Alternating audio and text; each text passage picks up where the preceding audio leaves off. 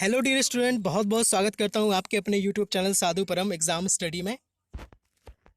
सुपरटेन लेखपाल भर्ती परीक्षा के लिए हिंदी का ये पहला वीडियो है और यूपीजी के यूपी स्पेशल टॉपिक वाइज पूरा कोर्स आपको फ्री में यहाँ पे प्रोवाइड कराया जा रहा है।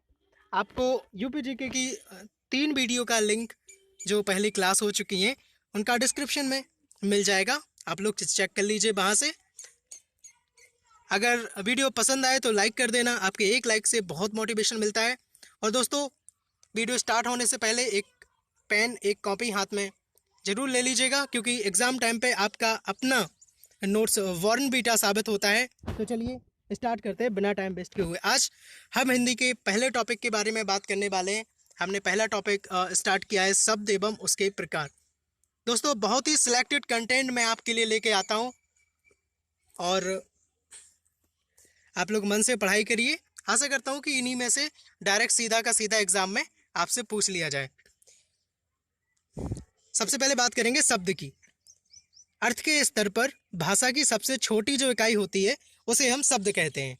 अगर हम बात करें रचना के, तो शब्द के कुछ हम भेद जान लेते हैं। रचना के आधार पर, अर्थ के आधार पर, उत्पत्ति के आधार पर, रूपांतरण के आधार पर, इस प्रकार। और हम इसमें पढ़ने वाले हैं शब्दों के अर्थ में जो बोध कराने वाली शक्ति होती हैं, अभिधा, लक्षणा, व्यंजना, इन सब के बारे में आज हम बात करेंगे। तो सबसे पहले रचना के आधार पर अभेद 3 प्रकार के होते हैं: रूढ़ शब्द, यौगिक शब्द, योगरूढ़ शब्द। अब देखिए, रूढ़ शब्द क्या होते हैं?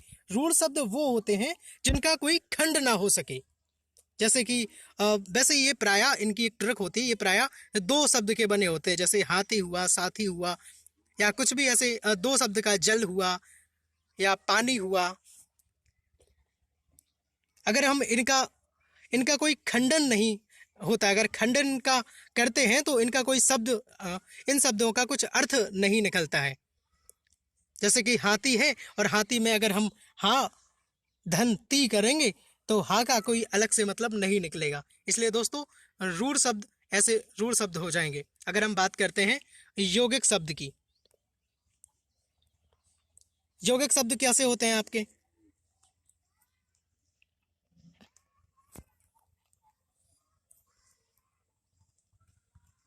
यौगिक शब्द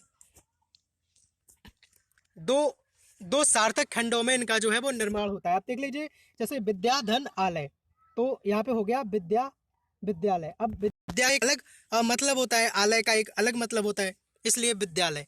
और इनमें 2 खंडों का निर्माण होता है। और अगर हम अलग अलग जिसका निर्माण हुआ, जैसे विद्या, धन, आलय का हुआ और विद्या, तो विद्या का एक अलग मतलब निकल सकता है और आलय का अलग मतलब निकल सकता है। ऐसे हम बात करते हैं तीसरे योग रूढ़ के बारे में।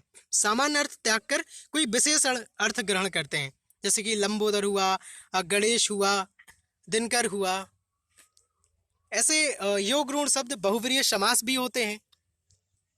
जैसे कि हम कह सकते हैं चक्रपाणी, चक्र है जिनके हाथ में, अर्थात विष्णु भगवान। तो योग रूढ़ शब्द प्रायः बहुव्रीहि समास भी होते हैं। अब हम बात करें अर्थ के आधार पर। अर्थ के आधार पर मुख्यतः 2 प्रकार के शब्द, सार्थक अर्थ, सार्थक शब्द और निरर्थक शब्द। अब सार्थक शब्द क्या होते हैं? इस प्रकार के शब्द जिसका सही अर्थ सही लोगों, सभी की समझ में आ जाए। जैसे कि पुस्तक हुआ, मेज हुआ। आपको डायरेक्ट बात समझ में आ रही होगी, पुस्तक भैया किताब की बात हो रही है, मेज भैया टेबल की बात हो रही है, आपको सीधा सीधा समझ आ रहा होगा। अगर हम बात करते हैं ऐसे निरर्थक शब्द के बारे में, जिसका सही अर्थ समझ में ना आए, जैसे तग, फल, बल्लग, फग, इसका कुछ समझ नहीं आ रहा होगा कि तक भैया क्या है, बल्ल क्या है, फग क्या है। ये प्रायः अरबी फारसी या किसी अदर भाषा से लिए हुए शब्द होते हैं जो सही सही समझ में नहीं आते। उत्पत्ति के आधार पर बात करते हैं, प्रायः 5 प्रकार के हमने यहाँ पे कलेक्शन किया हुआ है। उत्पत्ति के आधार पर एक तत्सम शब्द होते हैं। तत्सम शब्द आप लोग जानते होंगे, संस्कृत शब्द, संस्कृत के शब्द होते हैं ये सीधे के सीधे। जैसे पुस्तक हुआ, अग्नि हुआ, वर्षा हुआ। और तद्भव संस्कृत शब्दों का उच्चारण सहज बनाकर हिंदी में प्रयुक्त हुए हैं। जैसे भैया अग्नि है, उसका आग हो गया। जैसे भाई, भाई हो गया। जैसे पिता हो गया। ये सब तद्भव में आते हैं। आपके लिए एक तत्सम तद्भव की मैं अलग से वीडियो डाल दूंगा, आप उन्हीं को पढ़ लीजिएगा, ज़्यादा पढ़ने की जरूरत नहीं है, उन्हीं में से आपका हो जाएगा। अब हम देशज की बात करें तो देशज शब्द ऐसे होते हैं जैसे कि स्थानीय बोली में, हिंदी में स्थान में पाए जाते हैं। आपकी जो स्थानीय बोली होती है, जैसे कि कोई अगर ऐसी जगह से बिलोंग करता है जहाँ पे उसकी स्थानीय भाषा, जैसे हम कह सकते हैं मातृभाषा जो होती है उसकी, जो वहाँ से बोलता है, उस समाज में जिस भाषा का चलन होता है, अगर वही भाषा, जैसे हम लोग कहते हैं पेड़ हुआ, गोड़ हुआ, लोटा हुआ, डिबिया हुआ, तो ये कोई और नहीं जान सकेगा। तो ये ऐसे जो वर्ड होते हैं वो बोल ऐसे सुन सुन के इस स्थानीय बोली से हिंदी में प्रवेश कर गए हैं। ऐसे शब्दों को हम देशज शब्द कहते हैं। अगर हम बात करें विदेशज शब्दों की, तो विदेशज क्या होते हैं? अंग्रेजी, फारसी, पुर्तगाली से हिंदी में जो शब्द आ चुके हैं उन्हें हम कहते हैं विदेशज शब्द। अब विदेशज शब्द होते कौन कौन से हैं? देखो भैया, फारसी भी होती है, अरबी होती है, अंग्रेजी होते हैं, ऐसे बहुत सारे हो सकते हैं। फारसी में जैसे आवाज हुआ, आईना हुआ, कबूतर हुआ, आपका चेहरा हुआ, जोश हुआ, सरकार हुआ, मुर्दा हुआ, मुफ्त हुआ, सौदागर हुआ, ये सारे आपके फारसी वाले हो जाएंगे।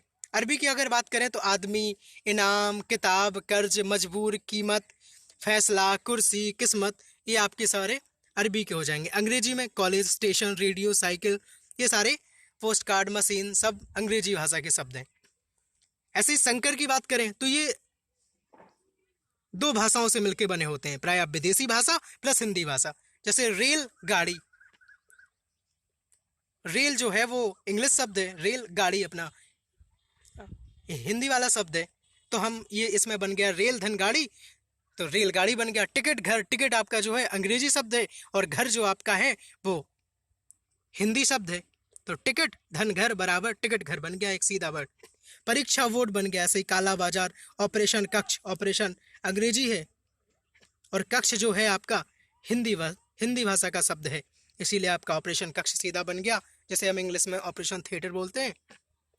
लाठी चार्ज बन गया, ऐसी परीक्षा हॉल बन गया। रूपांतरण के आधार पर अगर हम बात करें तो दो प्रकार के हमने यहाँ पे बताए हैं, बेकारी शब्द और एक अभिकारी शब्द। भैया बेकारी शब्द क्या होते हैं? वे शब्द होते हैं जो लिंग पुरुष वचन के आधार पर रूप जो है अपना वो परिवर्तित कर लेते हैं। जैसे लड़का है, अच्छा है, तो हम बोल सकते हैं जैसे अच्छा आ गया, वह लड़की अच्छी है, तो लिंग लड़की है, इसलिए वहां पे अच्छा का अच्छी हो गया। हम बोले वह लड़का अच्छा है, तो ये परिवर्तन हो रहा है।